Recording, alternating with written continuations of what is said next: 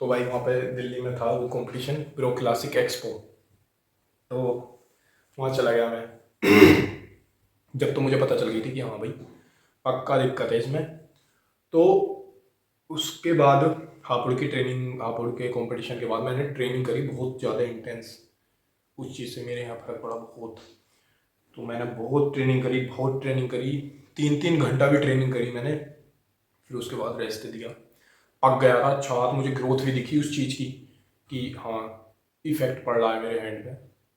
फिर भाई मैं खेलने गया वहाँ पे। वहाँ पे भी मैं बहुत जल्दी पहुँच गया। अब देखो तुम्हें मैं बताता हूँ उसके जो प्रो क्लासिक एक्सपो हुआ था तो उसमें मेरी क्या गलती रही थी। सबसे ज़्यादा गलती रही है उसको। दो तीन कैटेगरी थी, एक तो 55, एक 60, एक 65 से 75 और एक थी ओपन में। तो जूनियर का गेम था उस दिन, ठीक है, 31 में, और एक में था सीनियर का। तो 3 दिन पहले मैंने सोची कि भाई 65 से 75 वाली कैटेगरी में आ जाओ तो सही होगा, ओपन में नहीं आने को। फिर ओपन में तो कितनी वेट का आ सकता है। तो फिर मैंने वेट तुला अपना 3 दिन पहले, 78.5 आ रहा। फिर मैंने वो कम करना है कि भाई कम करना है वेट। अब मैंने पूरी मेहनत करी, खाना पीना कम कर दिया, प्रोटीन वाली चीज़ें खाने लगा, और जैसे पनीर या थोड़ा बहुत राइस, और खाना छोड़ दिया। 1-2 दिन तो ऐसा हुआ मेरे पेट में भी दर्द होने लगा खा भूख की वजह से, क्योंकि भाई उस चीज़ की आदत नहीं थी वेट कट करने के लिए। और जिम में जाके मैंने एक 1.5 घंटा 6-6 किलोमीटर 7-7 किलोमीटर कार्डियो कार्डियो करा। तो उस चीज़ से मेरी बॉडी पे बहुत इफेक्ट पड़ा। और मज़े की बात और देखो, किस्मत कितनी ख़राब थी कि जो वेइंग मशीन थी जिम में वो ख़राब हो गई। 3 दिन तक ख़राब हो गई वो। फिर वेट का पता नहीं चला कुछ भी। मैंने सोची कि कम हो जाएगा, वहीं जाके देखेंगे तोल के। फिर भैया 3 दिन लगातार मैं ऐसी मेहनत करी, पानी पिया ज़्यादा और बहुत कम खाया। तो मैंने सोची कि वहीं जाके देखते हैं वेट। भैया की उस दिन छुट्टी नहीं थी, कंपनी गए थे भैया। तो फिर मैं सुबह मेट्रो पकड़ी मैंने गुड़गांव से और वहाँ गया इंद्रप्रस्थ। फिर वहाँ से था 4 किलोमीटर दूर वो क्या नाम है स्टेडियम। तो मैंने सोची कि यार पैदल ही चला जाता हूँ कि उससे भी मेरा मतलब बॉडी पे इफेक्ट पड़ेगा और वेट कम हो जाएगा। मैंने कुछ नहीं खाया था सुबह भी। सुबह से लेकर 12 बजे तक कुछ नहीं खाया, 1 गिलास पानी पिया था बस। एंट्री करवाई, फिर वेट तोला, देखा तो वेट आया 76.5। बहुत इतना ज़्यादा दिमाग खराब हो गया कि भाई 3 दिन मेहनत करी, कुछ नहीं खाया, शरीर में जान नहीं बची, एनर्जी नहीं थी, और फिर भी वेट कम नहीं हुआ। फिर भी मेरा ओपन में आया। ओपन में लड़के 90-90 किलो के, 85, 90 से भी प्लस। तो बोला चलो कोई बात नहीं, जो हुआ सो हुआ। फिर मैंने खाया, बहुत खाया, केले वेले और पानी, एनर्जी ड्रिंक, बिस्किट हो गए। फिर उसके बाद मैच होता है मेरा रात में 7 बजे। तो था कि हाँ चल कोई बात नहीं, खेलूंगा मैं अच्छे से। मेरा मैच हुआ।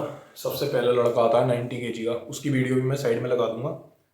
और मुझे नहीं पता थी भाई उसके बारे में कुछ भी। एशियन चैंपियन था वो लड़का, बहुत पुराना खिलाड़ी था, अच्छा प्लेयर था। और फिर बाद में जब एक रेफरी ने उससे बोला कि तुम खेलने लायक नहीं हो इंटरनेशनल, तुम बहुत फाउल करते हो उस लड़के से।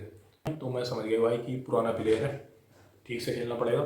तो मेरे से मैच हुआ, उसने भी पूरा स्पीड से, पूरा मैंने भी स्पीड से, स्लिप हुआ हमारा पहले।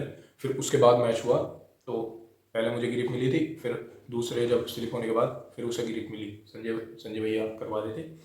तो ग्रिप मिली उसे। तो उसने जब पूरा टाइट पकड़ पकड़ के खींचा, मैं जब भी समझ गया कि भाई पावर है इसके हाथ में, पुराना प्लेयर वैसे है। फिर भी मैंने खुद टाइट करके मैंने भी कोशिश करी पीछे को खींचने की, पर नहीं भाई, उसने इजीली पिन मारा बहुत तेज। मेरा दिमाग खराब हो गया। फिर होता है एक दिमाग में कि यार, फिर अजीब सा होने लगा, नर्वस सी फीलनेस। फिर सेकंड आउट होता है मेरा एक लड़के के साथ, उसे मैंने पिन कर दिया। तीसरा राउंड होता है मेरा फिर, तो आदर्श नाम का लड़का था वो भी। तो उससे मेरे 2 फाउल हुए। उसमें पहला मेरा फाउल चला गया स्लिप करवाने के चक्कर में, ठीक है, और आज तक फाउल नहीं हुए मेरे। पहली बार फाउल हुआ था। उससे दूसरा दोबारा जो राउंड हुआ, 2 फाउल होते हैं तब बाहर हो जाते हो। तो उसमें भी मेरी कूनी स्लिप हो गई थी। अगर वो मैच स्टेप में आ जाता तो वो मैच पक्का इंटेंस होता, क्योंकि उसकी और मेरी पावर मैच कर रही थी। हो सकता था मैं ले जाता उसे यहाँ भी, अगर मैं होल्ड कर लेता ना एक बार यहाँ, तो मैं उसे इजीली ले जाता, चाहे कितना ही पेन होता फिर मेरे हाथ में। फिर उस दिन भी मैं अपनी कमी से आ रहा, पर था कि यार एक होता है ना कि घर जाके जब तुम बताते हो कि भाई हार गया, तो ऐसे मम्मी पापा का, मेरा तो ये है कि चलो हाँ एक्सपीरियंस हो रहा है, अच्छी बात है, पर बहुत चीज़ बुरी लगती है वो कि मम्मी पापा यार निराश होते हैं। तो फिर ये वेट की दिक्कत रही वहाँ पे ये। तो मैं ये अभी तक ऑफिशियल मैच 2 जगह खेला हूँ, ऑफिशियल टूर्नामेंट। तो उस चीज़ से मेरा एक्सपीरियंस बढ़ा है कि कहाँ कहाँ मैंने गलती करी, क्या चीज़ मुझे आगे करनी चाहिए। और फिर पक्का ये वहाँ खेला मैं लो रिस्ट पे, तो वहाँ पे पक्का हो गया कि भाई हाँ इसमें दिक्कत है, रिस्ट में कुछ फिजियो को दिखाना ही पड़ेगा। फिर फिर भी मैंने अपनी आइसिंग वाइसिंग करी हाथ पे, और थोड़ा रिलीफ कर मिला। फिर मैं घर आ गया वहाँ से कि इसमें दिक्कत है, हाथ में लो खेलते हुए पेन आया, क्योंकि मैंने 5 से 6 दिन रेस्ट करा, फिर भी उसके बाद पेन आ रहा, क्योंकि मेरे साथ आज तक ऐसा हुआ ही नहीं। तो मैंने समझ लिया कि भाई इंजरी है, पक्का इंजरी है मिडिल रिस्ट में। और ये चीज़ जब कितने कम से कम 5 महीने से चल रही थी मेरे साथ ये चीज़, और मैंने गौर नहीं करा। सबसे आर्म रेसलर जितने भी हैं भाई, मैं उनसे बता रहा हूँ, अगर आपको इंजरी फील हो रही है, पेन फील हो रहा है, तो उस पर ट्रेनिंग बंद करो और काम करो, नहीं तो वो ज़्यादा बढ़ जाती है। फिर ऐसे कुछ मेरे साथ हुआ है, तो लो खेलते हुए पेन होगा। फिर मैंने घर जाके ट्रेनिंग नहीं करी कुछ दिन, मतलब बाहर चला गया था मैं गंगा स्नान, तो ट्रेनिंग व्रेनिंग हुई नहीं 2-3 दिन। फिर वहाँ से आके भी मैंने करी, तो 3 दिन बाद ही तो भी मेरे पेन आया यहाँ। फिर मैंने ट्रेनिंग छोड़ दी कि भाई मुझे दिखाना है फिजियो को कि जैसे भी होगा। जिम भी नहीं गया था मैं कुछ दिन। तो जब से लेकर अभी तक मुझे अब पता चली है कि मेरे यहाँ पे है पेन, 2-3 दिन पहले ही फील हुआ, पकड़ा मैंने ऐसे, तो मुझे पक्का पता चली कि यहाँ पे है दिक्कत, यहाँ पे भी नहीं है लोग में इतनी। तो अब इस चीज़ को मैंने दिखाया, मुरादाबाद दिखाया फिजियो को मैंने बताया कि ऐसे ऐसे मैं एथलीट हूँ और मैं आर्म रेसलिंग करता हूँ, मेरे यहाँ पे आना। तो एक नॉर्मल थेरेपी करी उन्होंने, बस ऐसे ही जो जेल और ट्यूब लगा के एक वो होता है जिससे हीट मिलती है, पूरी मशीन होती है, तो उससे वो करा। फिर उसके बाद ऑयल करा उनने, और मैंने प्रोनेशन में भी बताया कि यहाँ पे भी है, तो जो मसाज टाइप की होती है वो पूरा उसने अच्छे से करा। डेली तो मैं वहाँ जा नहीं सकता, कह रहा था डेली को, तो फिर ऐसे ऐसे ये दिक्कत चल रही है। तो मैंने इससे ट्रेनिंग छोड़ रखी है अभी राइट हैंड से, लेफ्ट पर ट्रेनिंग छोड़ी नहीं है मैंने। ट्रेनिंग में लेफ्ट हैंड से कर रहा हूँ अब, जैसे कि आपने शॉर्ट में भी देखा होगा, मैं इस चीज़ पे बता रहा था कि हाँ मेरे इसमें दिक्कत चल रही है हाथ में, तो मैं इससे ट्रेनिंग नहीं कर रहा हूँ अभी राइट हैंड से, लेफ्ट से ट्रेनिंग कर रहा हूँ। भाई मैं ट्रेनिंग नहीं छोड़ सकता, अगर लेफ्ट खराब होगा, जैसे मेरे राइट में दिक्कत है तो मैं लेफ्ट से जरूर करूँगा, लेफ्ट में दिक्कत है तो मैं राइट से करूँगा। माइंड सेट मेरा ऐसा है कि मतलब मैं हार जितनी बार भी हारूंगा पर मैं आऊँगा, फिर आऊँगा। अब मैं यहाँ पे आ रहा, हापुड़ में फिर गया, फिर मैं दिल्ली आ रहा, मैं फिर भी आऊँगा। ट्रेनिंग करता रहूँगा, मेहनत करता रहूँगा, चाहे कितना भी पीछे वो हो मेरे साथ, मैं हारूँ और हारूँ, ट्रेनिंग नहीं छोड़ूंगा भाई मैं। ट्रेनिंग करता रहूँगा, और जाना है, मतलब इस चीज़ में आगे बढ़ना है मुझे।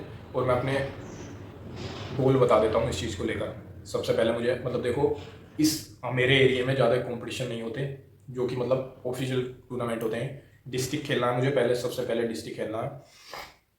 ये डिस्ट्रिक्ट ही थे, यहाँ पे हापुड़ में डिस्ट्रिक्ट था, तो वो भी मैं लूज़ कर गया। तो डिस्ट्रिक्ट खेलना, डिस्ट्रिक्ट जीतना है, उसके बाद मुझे स्टेट जीतनी है, फिर उसके बाद नेशनल। और नेशनल भी मुझे बहुत सारे जीतने हैं भाई, मेरा माइंडसेट ऐसा है कि नेशनल के बाद एशियन चैंपियनशिप, फिर वर्ल्ड चैंपियनशिप। सन 2026 इज़ माई गेम। सन 2026 में देखने को मिलेगा आपको, सब चीज़ देखने को मिलेंगी। सन 2026 में जून में गुजरात में एक नेशनल कॉम्पिटिशन है, 26 या 27 नेशनल कॉम्पिटिशन है, जो कि अपनी फेडरेशन करवा रही है, वहाँ जाऊँगा, वहाँ से मेडल पक्का आएगा। बस मेरी ये हाथ ठीक हो जाए भाई, बस इसमें मेरे अब भी फील हो रहा है पेन, मैंने जिम भी छोड़ दी थी इसके चक्कर में। तो कितनी बार भी हार जाऊँ मैं वापस आऊँगा, फिर आऊँगा उठ के।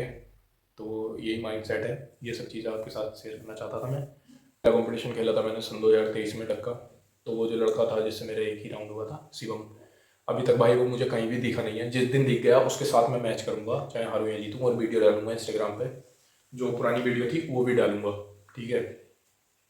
अब बात कर लेते हैं कि आर्म रेसलिंग में करियर के बारे में। तो ये चीज़ आप एक शॉर्ट टर्म के ऊपर लेकर चलो, मतलब कि हाँ ये आपका शॉर्ट टर्म गोल है कि इससे आप घर तो चला नहीं सकते। देखो जब आप एक प्रोफेशनल लेवल पर पहुंच जाओगे तब आप चला भी सकते हो एक बार को।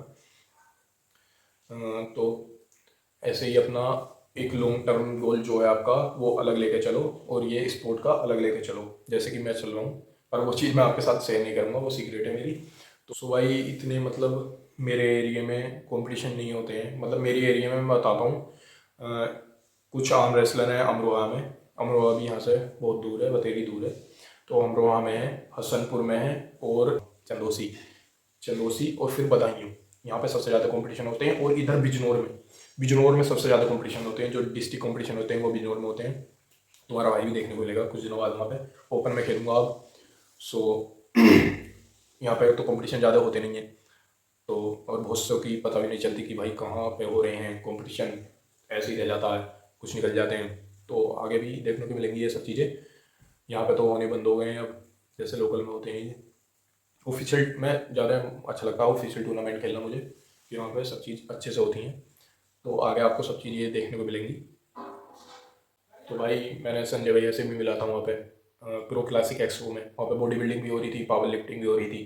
तो मैंने संजय भैया से बातें करी। मैंने बताया कि भैया मैं आऊँगा आपके पास। भैया कह रहे हैं आना, हाँ भैया से मैं 2 या 3 महीने ट्रेनिंग लूँगा ज़रूर।